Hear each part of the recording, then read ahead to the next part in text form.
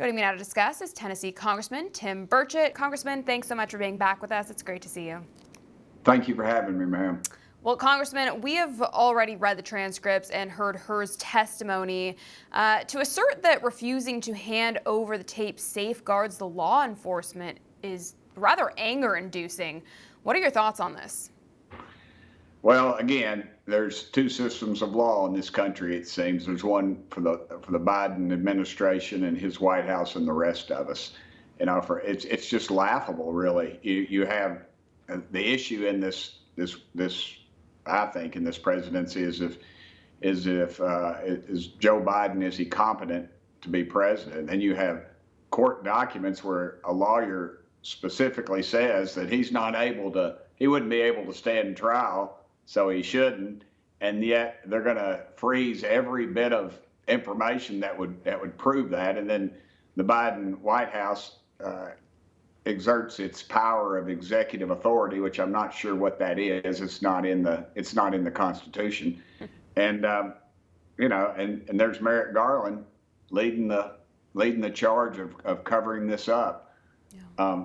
Again, two systems of justice in this country. It's not right, and we need to hold him responsible. Now, will it go anywhere? Heck no. The Justice Department is gutless. They are compromised, and they are held in contempt by most of America, most law-abiding Americans anyway, that understand what the heck's going on. Yeah. But I do think it's important to bring this out to the American public. I wish we could do it sooner, but we're moving pretty fast for a bunch of glaciers. So, yeah, it is just generally extremely disappointing, but important to talk about nonetheless. Let's also talk the assertion of executive privilege. I mean, isn't Peter Navarro in jail right now for refusing to comply with a subpoena using that same argument? Yes, ma'am. And of course, they're trying to throw Steve Bannon in jail for not showing up on a subpoena to Congress. And of course, Hunter Biden, he's pretty much resisted that as well. But again, two systems of justice in this country, and it just goes to show the arrogance of this bunch. As you've seen this president, what he's done is embrace the far left, where during an election cycle, you'd think he'd come more closer to the middle of the road. But I believe his polling is showing that he's in such trouble that he is going to resist the vote of the law and order crowd, which are generally moderate to conservative Democrats and, of course, Republicans. Mm-hmm. So to get that base, he's going to have to come to the center, and he is not doing that at all. So he's in trouble, and that's exactly what they're doing. And I suspect, too, some of his people, if they can keep him out of the spotlight, it keeps him out of jail. Yeah, I think that is ultimately what they are trying to accomplish here. But yeah, he just keeps moving farther and farther left, which is extremely disheartening and frightening, quite frankly, for the future of our nation. Now, the DOJ is saying that he can't be held in contempt because the committees have failed to have identified a need for the audio files of Biden's interview with her that would serve the asserted purposes of your investigations. But doesn't Congress have the right and subpoena power to investigate whatever they want? 100%, ma'am. As a matter of fact, that's the job and the duty of this committee. When the Democrats were under control, this committee basically spent a couple of years finding out why the Washington Redskins were being called the Redskins and how offensive that was. They seemed to spend their time doing something important like that. And I think it's important for us to, good fences make good neighbors. And right now we have a terrible fence. And that is the justice system that's in this country. They are not doing what they're supposed to do, what they're constitutionally bound to do. They are, in fact, turning on the American public. You see it when moms who are upset about what their kids are being taught in school are being labeled domestic terrorists, for goodness sake. So, it's a weaponization of our country, of our government against our country, and it's time for this type of thing to stop. There are not two sets of rules in this country. There's not the royalty and the rest of us. It's not the ruling class and the rest of us. It's all of us. And that's the way these laws are designed, and that's the way they should be enforced. Yep, they sure should be. It's not the way it works, but it seems like it is in Biden's America. It's just incredible, honestly, and such a slap in the face to the American people. I mean, doesn't the public have a right to hear Biden after the DOJ specifically used his cognitive issues as the basics to not prosecute him after they admitted he committed crimes?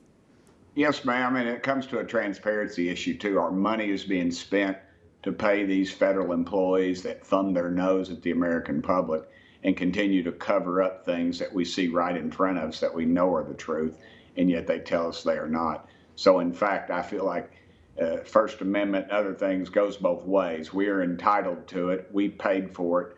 We deserve to get that information, and there's no reason for us not to.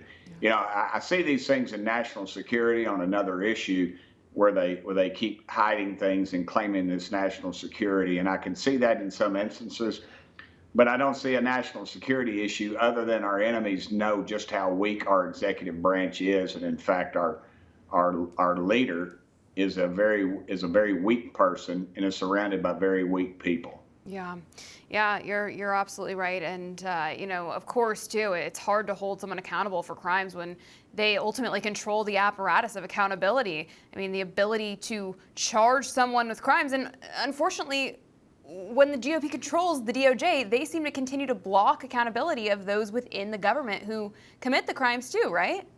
Yes, ma'am. I think that's why they're so afraid of Donald Trump's second term, because I think he realizes that this is not a swamp, it is an open sewer, and that it all flows in and nothing flows out. It is stagnant to its core, and that it's not going to be firing the head person that's going to clean it up. Mm-hmm. He's got to go, as I like to say, like Grant through Richmond, ma'am. He has got to go through this federal government and dissolve some of these agencies and recreate them.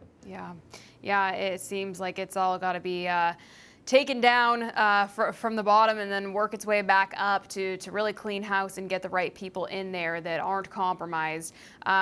Speaking of which, you know, not only is Mayorkas still on the payroll, he was fully funded by a Republican-controlled House. So, you know, we are just past the point of securing the border, and we need real, robust sort of deportation plan. The Dutch coalition has just announced that they will deport illegal migrants and do it by force. But my question is, when are we going to jump on that train?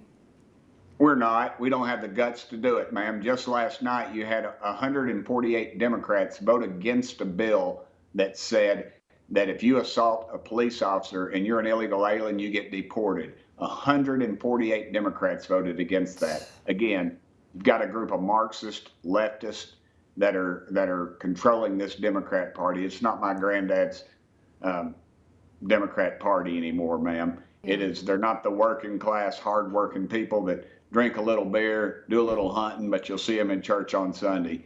This Democrat Party has left that. They've left their base. They're far left. They are anarchists. They want to see this country destroyed, and they're doing their best they can through fiscal, moral, and social issues. Yeah, they really are. It's an entirely new breed. We've reached uncharted territory here, and the one thing is for sure, they just hate America, and they hate anyone fighting to preserve what our country was founded upon.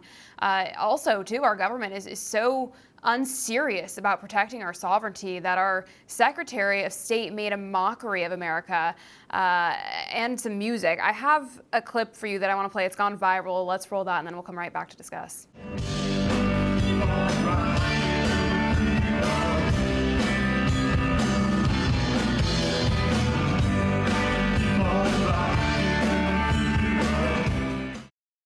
Yeah, I'm sorry, America is no longer rocking the free world. We are transforming it into a communist state, right? I mean, what kind of sick joke is this? It's pathetic. You know, our border, over 10 million people have come over. The largest group that are coming over now are communist Chinese. And I guarantee you when China rolls on Taiwan, those group of Chinese that are in this country are not going to go down to the Marine Corps recruiting station and join up to fight for this country. Yeah. They will be here to do us harm, and we've allowed that to happen. This Democrat administration has allowed that to happen, and that ought to disgust us. And that's why I would appeal to the 20 million so-called evangelical Christians that decided to stay home this last election cycle and get their butts to the polls for state, local, and federal elections. Yes, excellent advice. It is absolutely critical if we want to have a country that we can actually live in. I don't know how much longer America will even exist so long as this insanity continues. But, you know, we do see a new narrative building around Biden, the one that states that he's suffering under the prospect of Hunter going to prison while he and his henchmen threw Americans into the gulag, right? I mean, what are your thoughts on this one?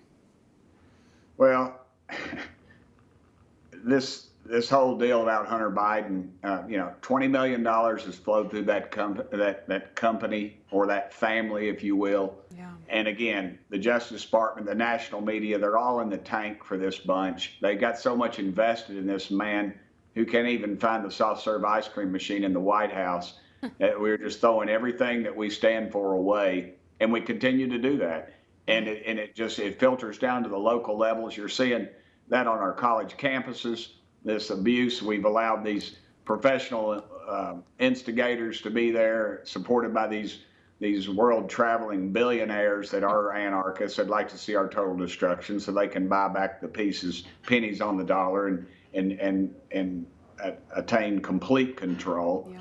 And yet we continue to fund these institutions, these NGOs, these colleges, these public colleges and institutions of so-called higher learning that keep promoting this lifestyle and this un-American way. And to me, it's disgusting. We've got to implore our state legislators to be more active, to not be proactive.